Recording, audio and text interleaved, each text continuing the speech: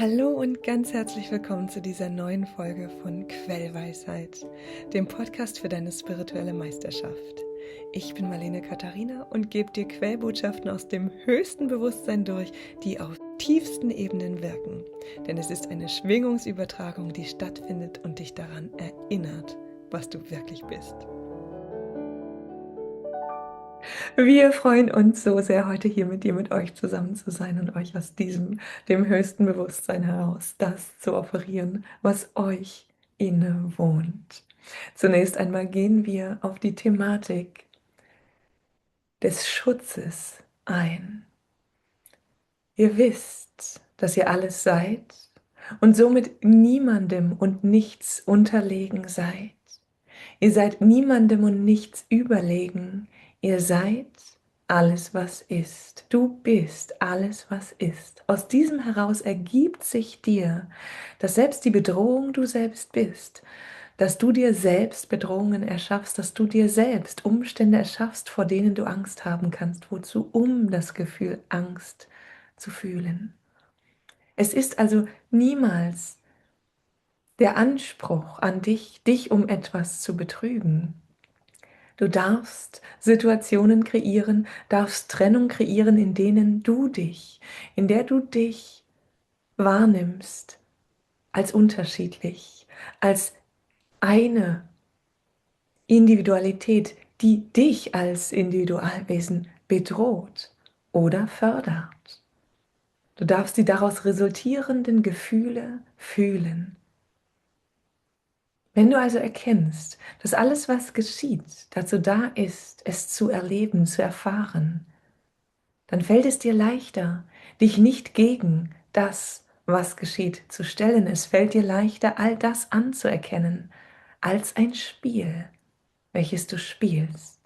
Genauso wie du als Kind mit deinen Puppen nicht nur Friede, Freude, Eierkuchen gespielt hast, sondern auch das, was du in der Welt gesehen hast, gespielt hast mit deinen Puppen. Sei es ein Streit von zwei Erwachsenen, sei es ein Stau. Du hast das, was du gesehen hast, das, was du mitbekommen hast, umgesetzt in Materie, in Fühlbares, in Erlebbares. Du hast es mit deinen Puppen erlebt und bliebst dennoch in der Spielfreude. Wenn du diese Spielfreude auch in deinem eigenen Erleben als Puppe sowie als Puppenführung an den Tag legen kannst, so wird dir das Leben zur Freude. So wird dir all das, was geschieht, nicht mehr als richtig und falsch dargestellt. So wird dir das, was du erlebst und spielst, in Spielfreude gezeigt. Du kannst also in allem und durch alles hindurch Freude haben. Du kannst in allem und durch alles hindurch Freude fühlen, erleben. Selbst in Gefühlen von Missmut, selbst in Gefühlen von Angst. Du kannst fühlen, dass dieses Gefühl dir zur Freude ist, da du nun weißt, wie es ist, Angst zu erleben, nun weißt, wie es ist, Missmut zu erleben. Wir wissen, dass dies für diesen Verstand, den du hast, schwer zu greifen ist, denn er versucht dich in deiner Form, in deiner Begrenztheit zu halten, zu erkennen und zu begreifen. Gehst du jedoch über diese begrenzte Form hinaus, so ist es für dich selbstverständlich, dass du zum einen das erleben kannst, was die begrenzte Form ja erleben soll, was die Puppe doch erleben soll, dich fühlen kannst, wie die Puppe sich fühlt, dich fühlen kannst, wie du als Individuum dich fühlst, zum anderen jedoch zugleich Freude daran haben kannst, dass du all dies fühlen kannst.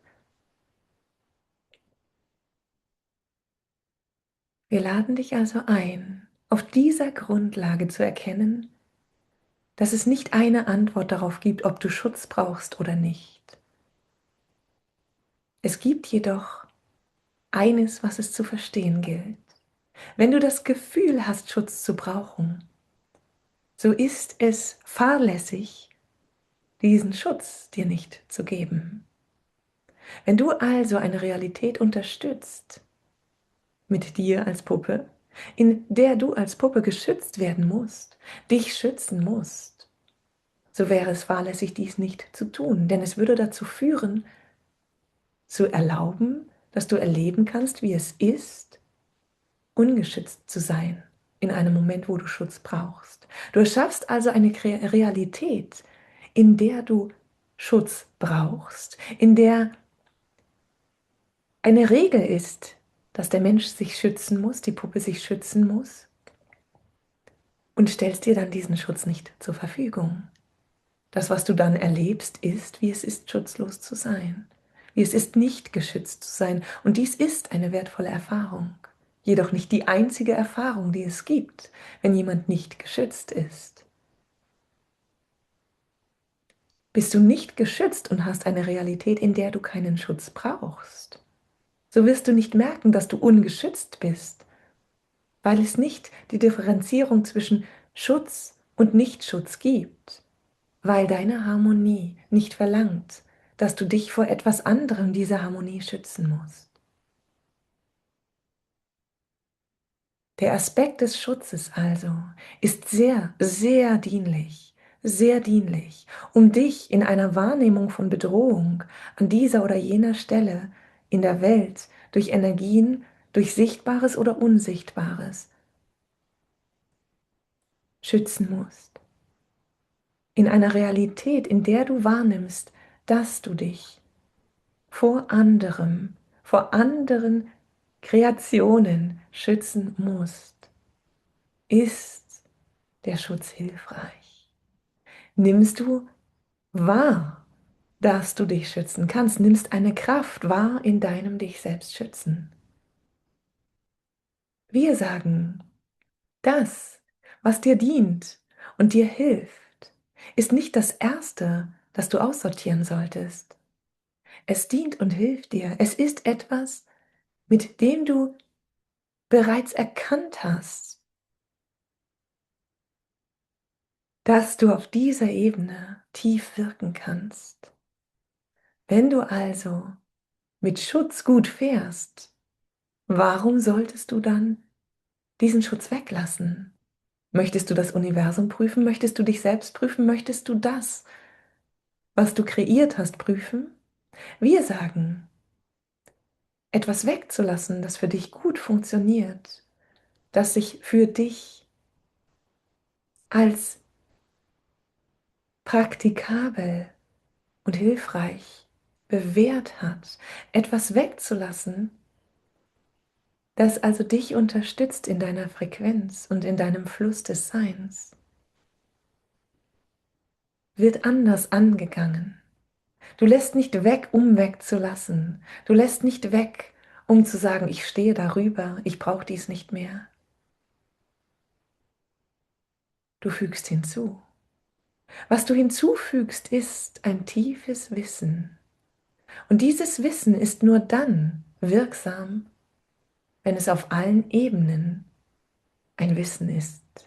Nicht ein Testen, nicht ein Probieren, ein Wissen. Du hast all das Wissen in dir. So brauchst du also nur auf dieses Wissen zuzugreifen.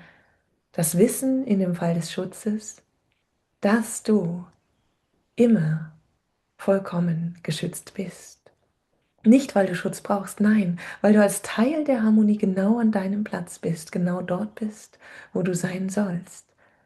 Weil du dich selbst führst, weil du nicht nur der Darsteller, nicht nur das Individuum, nicht nur die Puppe bist, sondern auch jener, der diese Puppe führt, der entscheidet, wie mit dieser Puppe gespielt wird, wie du mit dieser Puppe spielst, mit dir spielst. Ist dir dies auf tiefster Ebene klar, im tiefsten Wissen klar, so weißt du, dass du zum dich unterhalten, zum Erleben, Erfahren spielst, nicht zur Zerstörung. So hast du dich entschieden, zu deiner Unterhaltung, nicht zu deiner Zerstörung zu spielen. Jener, der sich dazu nicht entschieden hat, jener, der Zerstörung erleben möchte, Er spaltet sich meist so weit von sich selbst ab, von seinem höchsten Sein, von seinem Gottsein, von dem Gott Sein, dem alles, was ist, Sein, dass er das Gefühl hat, es gibt etwas von außen, das ihn bedroht, etwas, das er nicht ist. Er hält an diesem Spiel fest, um zu erleben, wie es ist, zerstört zu werden. Selbst wenn du weißt, dass du alles bist, kannst du auch Zerstörung üben, kannst sie erfahren. Wozu würdest du dies tun? Du würdest dies tun, um alle Wertung wegzunehmen, um selbst auch in dem, was du als Zerstörung werten würdest, Wandlung zu sehen, ohne Wertung, frei von Wertung, all das auch anzunehmen, anzuerkennen. Es gibt also viele, viele Motivationen, um unterschiedlichste Szenarien zu spielen, um selbst die Puppe, die du spielst, kaputt gehen zu lassen. Wir sagen jedoch, wenn du bereits weißt, dass alles möglich ist, hast du nicht mehr den Drang, alles auszuprobieren, alles zu erfahren, denn die Erfahrung liegt bereits in diesem Wissen. Hast du dies und jenes erlebt, erfahren und weißt, dass du es warst, der das kreiert hat, so hast du es ja bereits erfahren, hast es bereits erlebt, bist nicht mehr in der Verführungsschleife alles selbst, noch einmal zu erleben, um zu wissen, dass es wirklich eine Wahl ist, die du triffst, wirklich etwas ist, was dir zur Verfügung steht, nichts, was dir vorenthalten ist.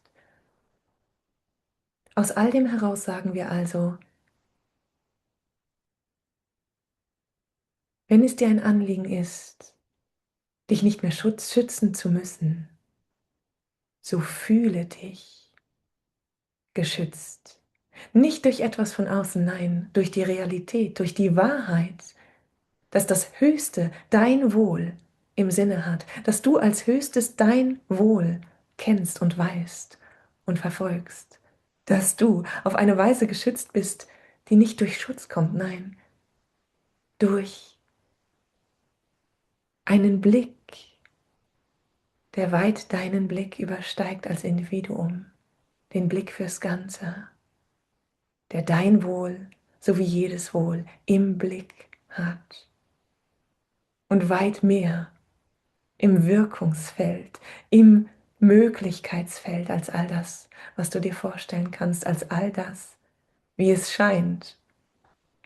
Denn aus der hohen Perspektive herausgeschaut, durch die Augen des Individuums stellt sich dir ein Bild dar, in dem es nicht möglich ist, alles zugleich auf positive Weise zu unterstützen, da es doch so viele Differenzen gibt.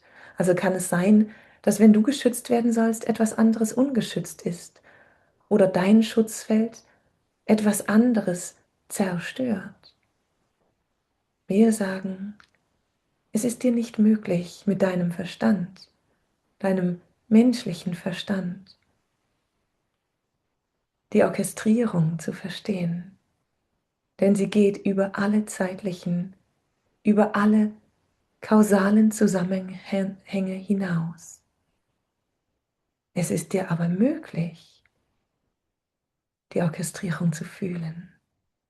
Denn in deinem Fühlen kannst du wahrnehmen, wie Liebe alles umfasst, wie Liebe alles ist, wie du, indem du in Liebe bist, alles als liebevoll fühlst und allem gegenüber liebevoll bist. Und selbst dem gegenüber, was scheinbar gegen dich ist, Liebe fühlst und erkennst, dass dort auch, oh, so tiefe Liebe für dich ist. Und genau aus dieser Liebe heraus die Differenzen, die Widerstände, das Gegeneinanderprallen entsteht. Übe also nicht den Schutz wegzulassen. Übe dich darin, wahrzunehmen, wie du als das Höchste, wie das Höchste, wie auch immer du es bezeichnen magst, Gott, die Orchestrierung von allem, was ist, die Essenz, das All-Eins-Sein, für dich wirkt, wenn du es nur lässt. In diesem tiefen Erlauben, prägt sich dir ein Wissen aus, ein Erfahren davon, dass wenn du vertraust und erlaubst, dass dann tatsächlich selbst die Dinge, die sich dir nicht als gut erschließen, gut sind, für dich geschehen im Gesamten. Oh doch, so tiefes Gutes, so tiefes Liebevolles für dich mit sich bringen, für alles mit sich bringen. Über diesen Weg fühlst du dich geschützt, mehr und mehr, nach und nach, mehr und mehr. Und je tiefer dieses dich geschützt Wissen ist, desto mehr löst sich der Begriff des Schutzes auf in ein sich selbst Wissen, in ein sich Wissen als das Göttliche, das bekümmert und bemüht ist um das Menschliche,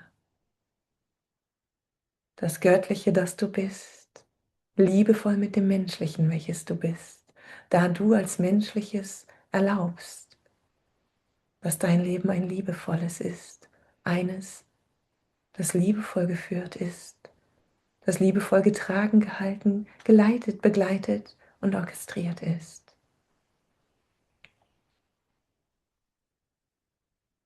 Nun gibt es Situationen, in denen ihr fühlt,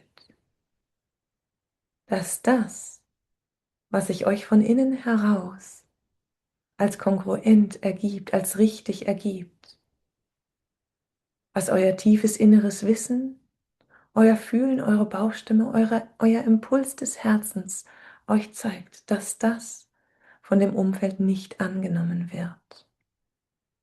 Wir sagen, es gibt hier einen einfachen Schlüssel, der euch in solchen Situationen unterstützt. Dieser Schlüssel ist das Loslassen vom Richtig und Falsch. Ist das Loslassen von der Vorstellung, dass Orchestrierung durch den richtigen Ton entsteht, dass Harmonie durch das Spielen des richtigen Tons entsteht, dass also jeder für das Ganze Verantwortung trägt und der falsche Ton das Ganze in den Misskredit zieht, aus der Harmonie herauslenkt. Der Schlüssel, über das Richtig und Falsch hinauszugehen, öffnet dich, öffnet euch für ein Erlauben davon, dass es nicht eine Lösung gibt, dass Harmonie auf so viele, so vielfältige Weise und Weisen möglich ist, dass du wie der Fluss jedes scheinbare Hindernis als ein kribbelndes Ereignis wahrnehmen kannst. Der Stein, der in deinem Flussbett liegt, wird von dir umspült und gibt dir eine gewisse Spielfreude. Er verlangt auch von dir, andere Wege zu gehen. Er verlangt auch von dir, von dem, was du natürlicherweise getan hättest, abzulassen und ihn sein zu lassen, in seiner Dichte, in seiner Definiertheit. Dies ändert nichts an deinem Fluss, an deinem Fließen. Hier ist deine Weisheit.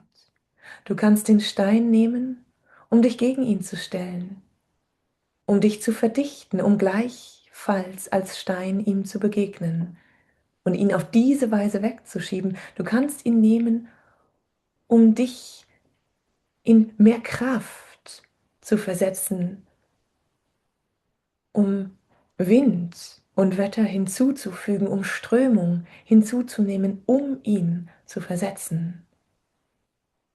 Dies würde bedeuten, dass du dir in den Kopf gesetzt hast, in den Fluss gesetzt hast, diesen Stein zu bewegen. Dies ist nicht die Funktionsweise des Flusses. Der Fluss, das Wasser bewegt dichte Materie, Steine, bewegt Material, das weit weniger flexibel ist als er selbst, durch sein Fließen, durch sein Erlauben, durch sein Zulassen. So brauchst du nicht zu wissen, ob eine Strömung entsteht, ob eine Wetterlage entsteht, die dich diese Steine versetzen lässt, oder ob es einfach das Vorüberfließen an diesen Steinen ist. Du brauchst all dies nicht zu wissen, nicht zu provozieren, nicht zu kreieren. Du darfst dich in deinen Fluss ergeben. Will sagen,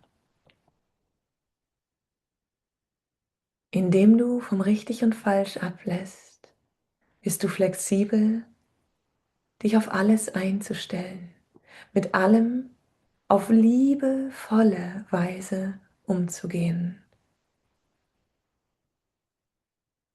Was dir offenbart, ob du im Fließen bist oder im Versuch, Kraft zu sammeln und zusammenzunehmen, um etwas zu bewirken, zu verändern.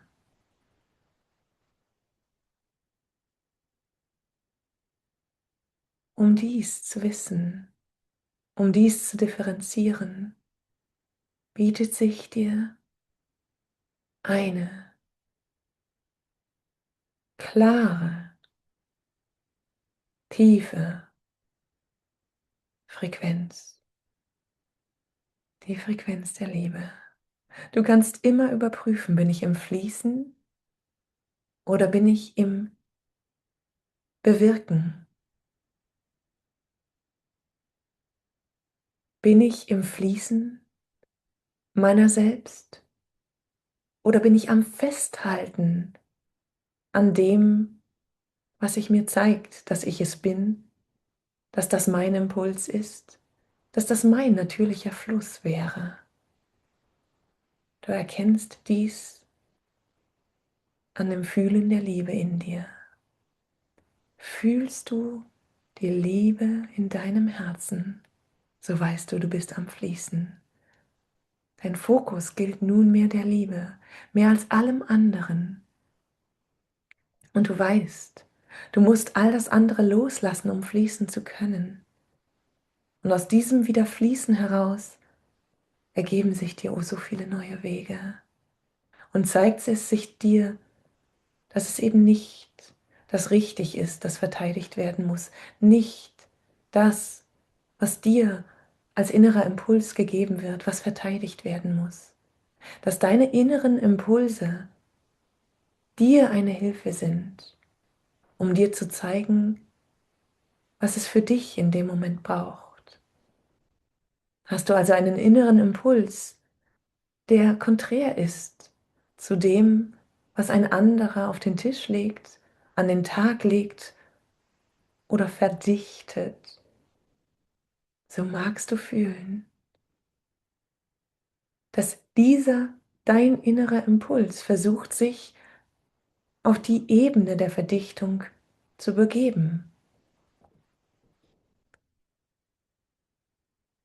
In dem Moment spürst du, dass die Liebe dabei abhanden kommt.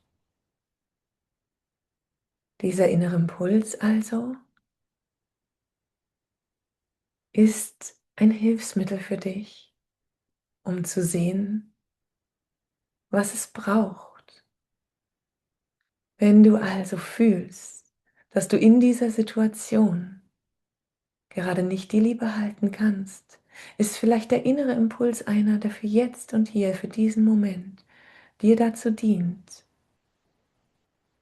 für dich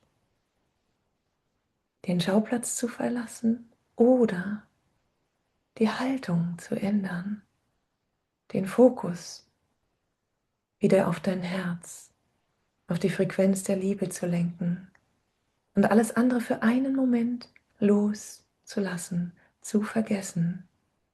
Es mag sein, dass du dann dies oder jenes nicht vollkommen unterstützen kannst, so wie dein Gegenüber es erwartet. Wenn du jedoch in der Liebe bist, so wirst dir dies nicht nur nachgesehen, es wird auf einer Nicht-Verstandesebene verstanden.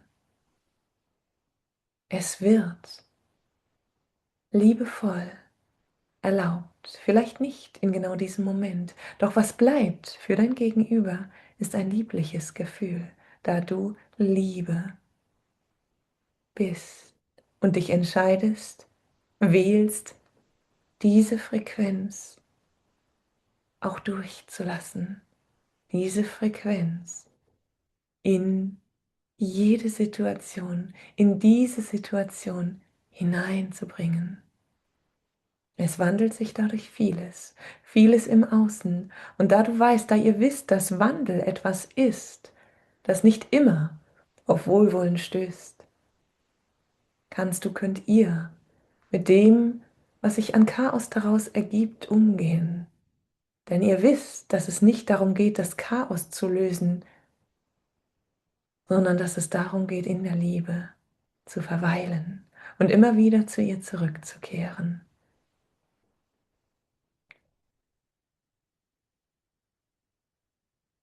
Es gibt kein richtig, kein falsch. Wenn das etwas ist, woran du dich immer wieder erinnerst,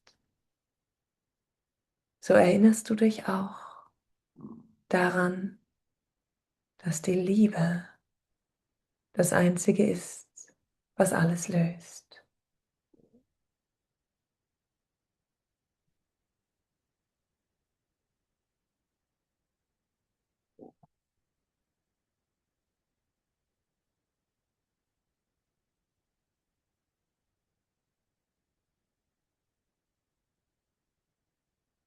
Wenn es kein richtig, kein falsch gibt, wozu muss dann gelernt werden? Wozu dann Wissen aneignen?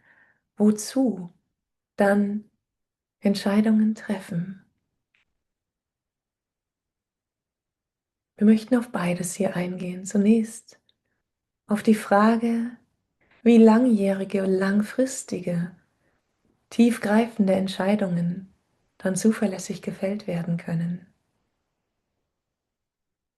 Dazu sagen wir, dass das, wonach du suchst, wenn du Entscheidungen triffst, wenn du Entscheidungen treffen willst, nicht das Ergebnis der Entscheidung ist.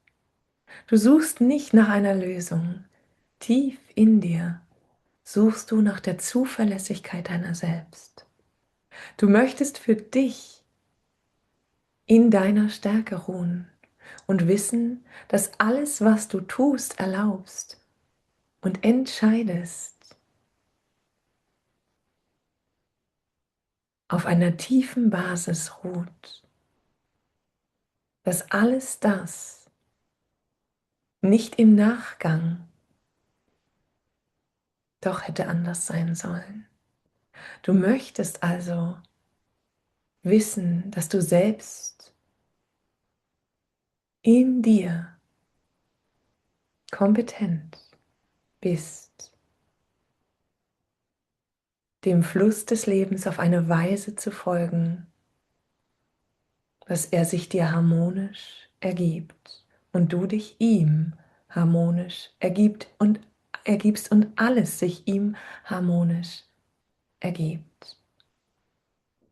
Eine Entscheidung also zu treffen, die langfristig ist, bedeutet zu wissen, dass weder die eine noch die andere Möglichkeit negative Konsequenzen mit sich trägt, die andernfalls vermeidbar gewesen wären. Jede Entscheidung ist eine Wahl von Erfahrungen, von Erfahrungsreichtum. Begreifst du also, dass es nicht darum geht, bestimmte Erfahrungen zu kreieren und andere auszusortieren, so ist dir selbst eine langfristige Entscheidung leichter in ihrem Wesen. Es fühlt sich nicht mehr so an, als würde sich dadurch dein Leben in diese oder jene Richtung bewegen. Es fühlt sich an, wie es sich immer anfühlt. In dir ruhend, gleichmütig, auf eine Weise, dass du immer Mut zu allem hast, dass du immer gleich in deiner Kraft bist, dass du immer gleich weißt, die Liebe zu sein und dass du immer gleich weißt, dass egal was geschieht, dein Wert sich nicht ändert, dein lebenswert sein Gefühl nicht ändert, deine Göttlichkeit sich nicht ändert, die Möglichkeiten, deine Göttlichkeit auszudrücken, sich nicht ändert. Dieser Gleichmut erlaubt dir, nunmehr Entscheidungen nicht als Scheidewege zwischen der einen und der anderen Möglichkeit mit diesen Folgen und ganz anderen Folgen zu sehen. Es erlaubt dir zu sehen, dass jeder Weg, den du wählst, genau die Erfahrungen, genau dieselben, könnten wir sagen, Erfahrungen dir bringt, für die du dich öffnest. Es ist nicht die äußere Form, nicht der Weg in seiner Beschaffenheit, der diese oder jene Erfahrung dir ermöglicht. Es ist dein Erlauben. Ganz gleich, ob du umziehst oder nicht umziehst, ganz gleich, ob du deine Beziehung weiter fütterst oder beendest, ganz gleich, ob du deine Energie hierhin oder dorthin fokussierst. Der Weg, den du gehst, ist immer deiner, ist immer der in deiner Frequenz. Und die Entscheidung, die du triffst, ist deiner Frequenz gemäß. Du magst also das Gefühl haben, eine Entscheidung getroffen zu haben oder die Möglichkeit zu haben, zwischen zwei Dingen zu wählen. Wenn du dich nicht entscheiden kannst, so liegt es daran, dass der Zeitpunkt noch nicht gekommen ist, in dem du automatisch fühlst, welcher Weg sich dir zeigt, öffnet, klar ist und von dir gewisse Schritte nicht nur verlangt, sondern auch für dich diese Schritte unterstützt. Es mag daran liegen, dass der Zeitpunkt noch nicht gekommen ist, dass deine Energie, deine Frequenz, deine Schwingung noch nicht klar ist. Es lohnt sich also aus unserer Perspektive immer, statt sich auf die Entscheidung zu fokussieren und Unklarheit in deine Schwingung zu bringen, da du dich bei dem einen in dies hineinschwingst, bei dem anderen in das hineinschwingst. Es lohnt sich, in dich selbst dich hinein zu versenken. Es lohnt sich, die Optionen loszulassen. Es lohnt sich, dich zu fühlen und dich zu leben.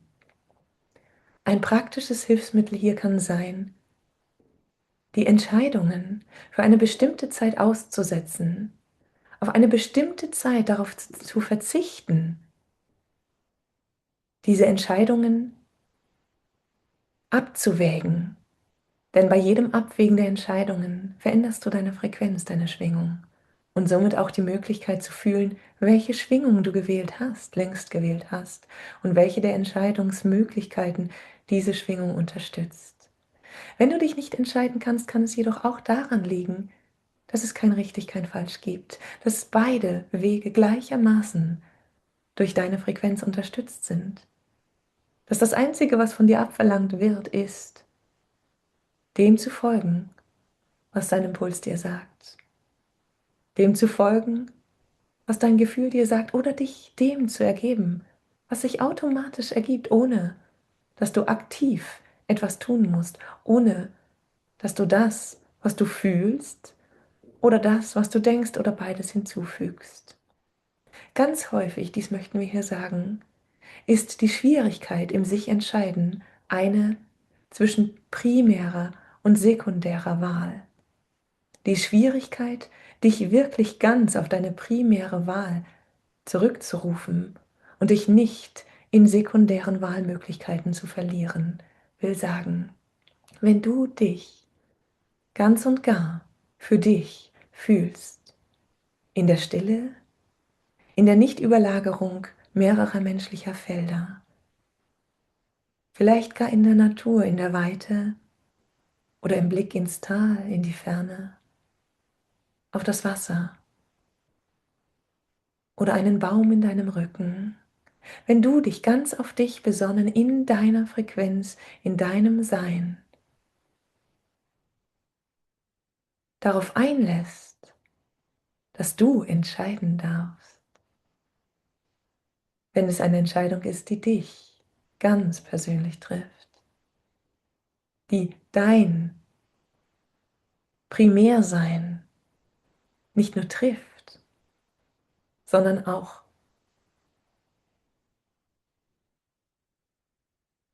ausmacht.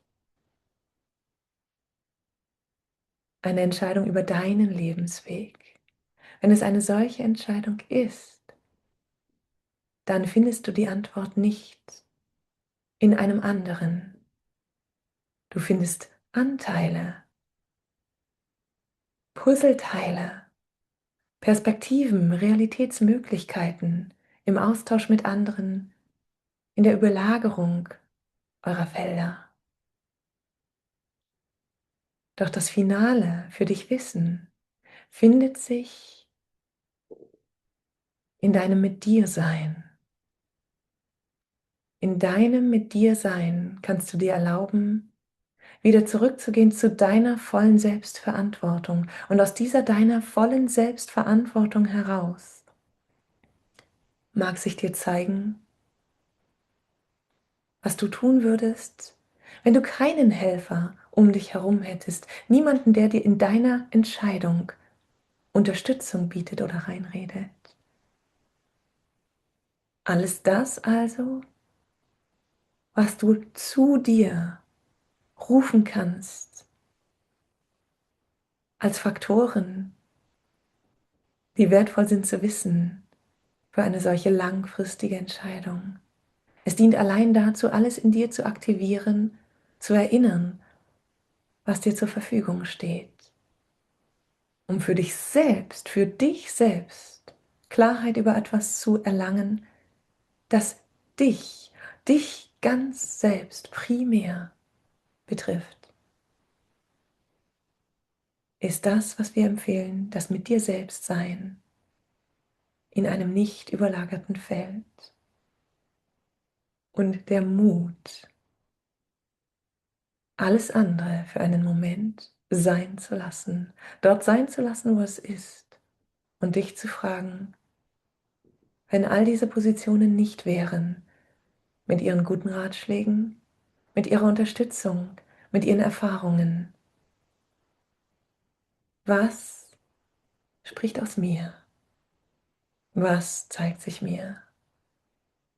Du lässt alle Emotionen, wenn dort welche sind, sein, gehst in die Tiefe deiner Gottpräsenz, deines Wissens, dass alles ist, wie es ist, weil es nur sein kann, wie es ist, in Harmonie, in göttlicher Harmonie. Du gehst in dein Wissen, dass du Teil dieser Harmonie bist und zugleich Orchestrierende dieser Harmonie, dass du durch Gott geführt bist und Gott bist, beides zugleich. Du gehst in diese Tiefe deine Sicherheit hinein und aus dieser deiner Sicherheit heraus zeigt es sich dir klar. Und wenn sich dir hier nichts zeigt, so weißt du, es ist nicht der Zeitpunkt, um zu wissen. Und auch das ist ein sich dir zeigen. Denn nunmehr kannst du ganz entspannen, ganz erlauben, dass all die Teile, die noch gebraucht werden, auftauchen.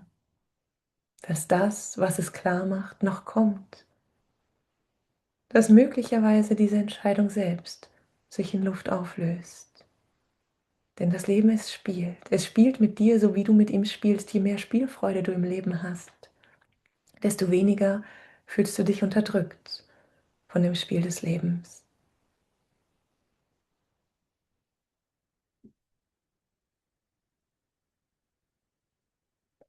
Die Frage, die im Raum steht, aus dem, was zuvor, nicht nur heute, nicht nur hier, genannt, benannt, gesagt worden ist, ist die Frage danach, welche Funktion das Wissen in dem aktuellen, menschlichen Zustand spielt. Das Wissen lässt sich unterscheiden in ein kognitives Wissen, in ein abrufbares Wissen. Wir sagen in etwas Erlerntes, welches nichts anderes ist als eine Vereinbarung von Ursache und Wirkung. Dieses Ursache-Wirkungswissen, welches angeeignet werden kann und gespeichert werden kann wie auf einer Festplatte, dieses Wissen dient und diente dazu, den Menschen als Individuum unabhängig von seinem Quellsein, seinem Quellbewusstsein zu halten. Wir sagen hiermit nicht, dass das Ziel ist, diese Form des Wissens wieder abzulegen, um sich eins zu fühlen, eins zu wissen mit allem, was ist, mit dem Quellsein, dem Allsein, dem Essenz-Sein, dem Gottsein. Wir sagen, erkennt ihr das lernbare Wissen als eine Form von Strukturen, die ihr selbst erschaffen und zur Verfügung gestellt habt, so wird euch klar, dass alles das, was ihr lernen könnt und über den Verstand zuverlässig abrufen könnt, zuverlässiger, je öfter ihr es reproduziert, je öfter ihr es gesprochen oder verwendet habt, dass dieses gelernte, antrainierte Wissen eines ist, welches nicht automatisch übereinstimmt mit dem inneren Wissen. Wir unterscheiden also zwischen dem trainierbaren Wissen und dem inneren Wissen. Das innere Wissen ist ein Erinnern. Erinnern. Es wird berührt. Es wird reaktiviert. Es wird freigesetzt. Über das äußere Wissen kann ein solches Erinnern reaktiviert werden. Über das äußere Wissen kann das Erinnern das äußere Wissen filtern und in Wahrheit und Nichtwahrheit unterscheiden. Wird versucht, über das äußere Wissen, das kognitive Wissen, eine Wahrheit weiterzugeben, zu imprimieren, eindrücklich zu machen oder einzudrücken in das Bewusstsein des Menschen, so wird es sowohl Widerstand hier geben, als auch freudige Annahme.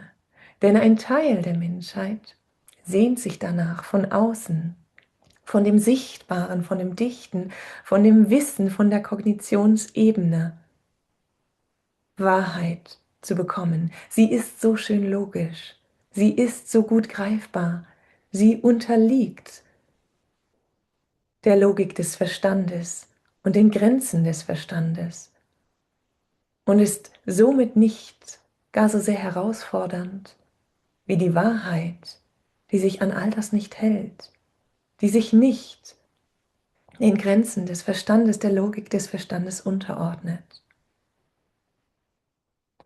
Es gibt somit im abgespaltenen Bereich, und das ist nicht ein Bereich, bei dem keine Göttlichkeit ist, es ist ein Bereich, der für sich entschieden hat, dass er die Energie der Göttlichkeit darauf verwenden möchte, um sich getrennt zu fühlen, was ihn nicht getrennt macht, ihm nur das Gefühl, getrennt zu sein, gibt. In diesem Bereich des sich abgetrennt Fühlens ist das kognitive Wissen der inneren Wahrheit übergeordnet. Wird das kognitive Wissen der inneren Wahrheit übergeordnet, wird versucht, über die Logik und das Logische Wissen und das Sortieren des Wissens nach Logik über Wahrheit zu entscheiden. Wie lässt sich all dies nun zusammenbringen? All jene von euch, die hier sind, all jene von euch, die wissen und erlauben, dass es ein tiefes Wissen gibt, welches die Logik nicht zur Grundlage, nicht zur Einschränkung nutzt. All jene von euch, du, da du hier bist in diesem Moment und auf dieses Lausch, wisst, weißt, dass Wahrheit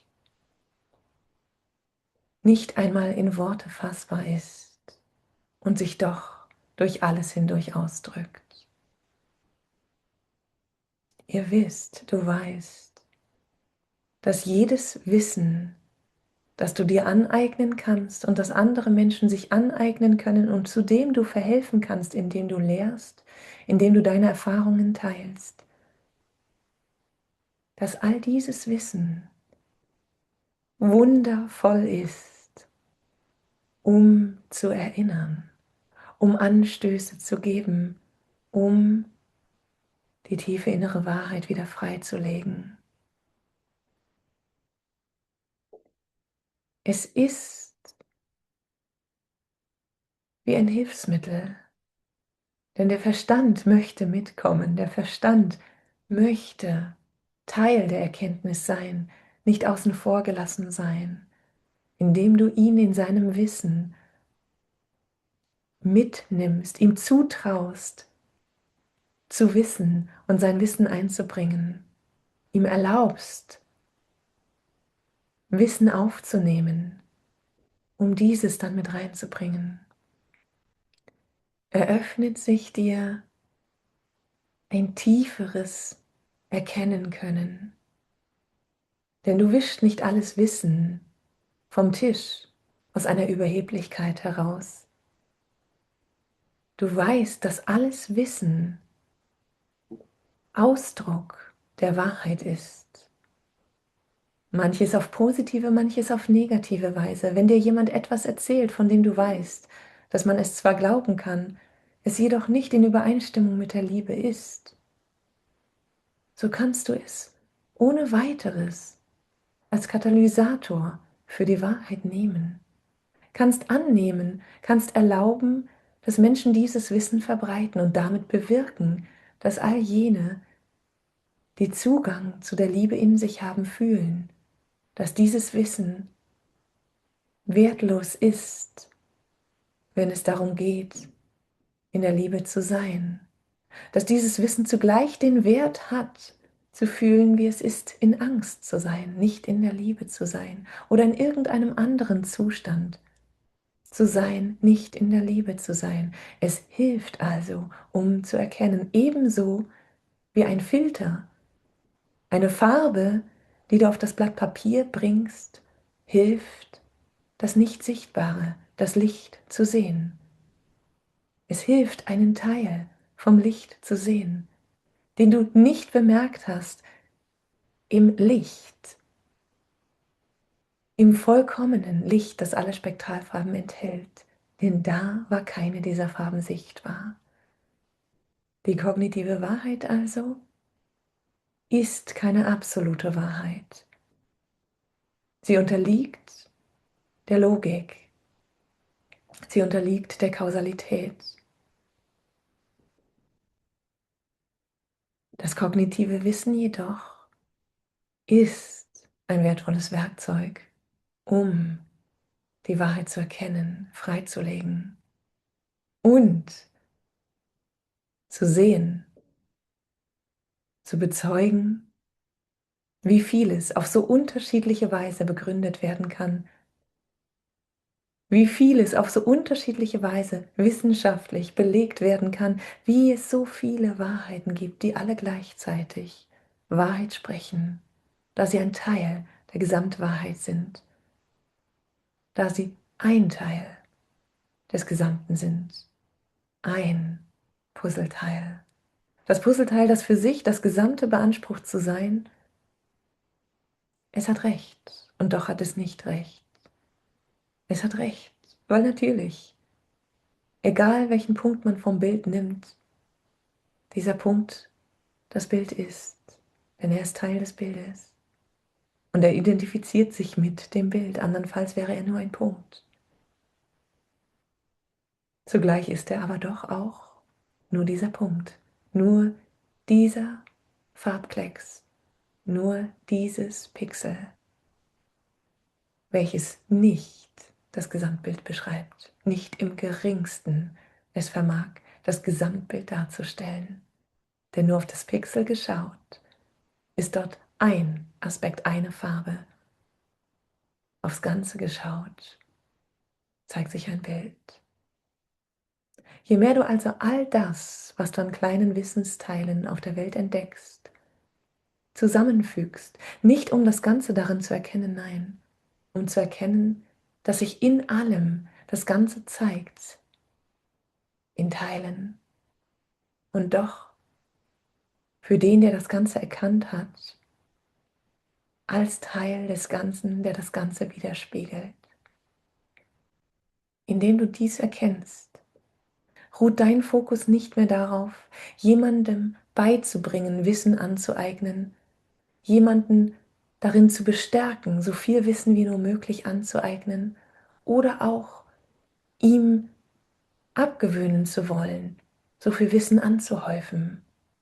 Dein Fokus ruht darin, zu wissen, zu fühlen, dass jedem immer genau das zur Verfügung gestellt wird, was für ihn in dem Moment erlaubt zu fließen und Teil der Harmonie zu sein. Werfen wir einen Blick in die Bildung, einen Blick in die Erziehung, einen Blick auf das, was in deiner, in eurer Kultur praktiziert wird, um einen gemeinsamen Wissensstand zu erreichen. So können wir sagen, dass dies Teil der Evolutionsgeschichte ist, dass der gemeinsame Wissensstand oder wie ihr es hier sagt, das Grundwissen, das Allgemeinwissen, dass dies etwas ist, das sich ausgedacht wurde und zugleich abgeleitet wurde aus Erfahrung heraus, dass in einem bestimmten Umfeld Menschen bestimmte Dinge auf natürliche Weise lernen und dass andere Menschen in einem anderen Umfeld andere Dinge auf natürliche Weise lernen. Und nun diese natürlichen Lernfelder zusammengeführt werden sollten, um ein breiteres Feld an natürlichem Wissen zur Verfügung zu stellen. Die Logik eine wundervolle, die Umsetzung für manchen ein Zwang, ein Druck, der Widerstand auslöst. Es ist nicht so, dass irgendein Kind, irgendein Erwachsener, der etwas nicht gelernt hat, einem anderen untergeordnet ist. Fühlt er sich dadurch minder bemittelt, untergeordnet, weniger gebildet, so ist dies seine Wahl von Wahrnehmung, von Realität, von Wertminderung. Niemand wird durch sein Wissen in seinem Wert auf- oder abgewertet. Niemand wird durch irgendetwas auf- oder abgewertet. Jeder, absolut jeder und jedes ist vollwertig. Denn alles ist Liebe. Und Liebe ist vollwertig, da es alles ist, was ist. Jeder, ganz gleich welchen Bildungsstandes, ganz gleich welchen Umfeldes, ganz gleich welcher Herkunft, ganz gleich welchen Wertungskontextes, jeder, jeder und jedes, alles ist in der Möglichkeit zu lieben.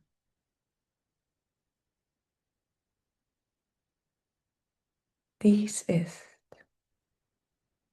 das einzige Wissen, das dir in jeder Situation dient und das dich in jeder Situation daran erinnert, dass du einzig und allein für deine primäre Wahl genau diese Fähigkeit zu nutzen wählen kannst. Wir lieben dich. Wir lieben euch. Wir lieben. Wir sind, was du bist. Du bist, was wir sind. Alles ist Liebe. Alles ist eins. Und damit sind wir für jetzt, für hier vollkommen.